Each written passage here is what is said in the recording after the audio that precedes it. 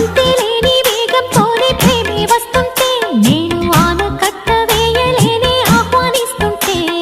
పట్టే తప్పే విరహంలోనే మునిగిపోతుంటే ఇక క్షేమంగానే జీవిస్తాని చెయ్యందిస్తుంటే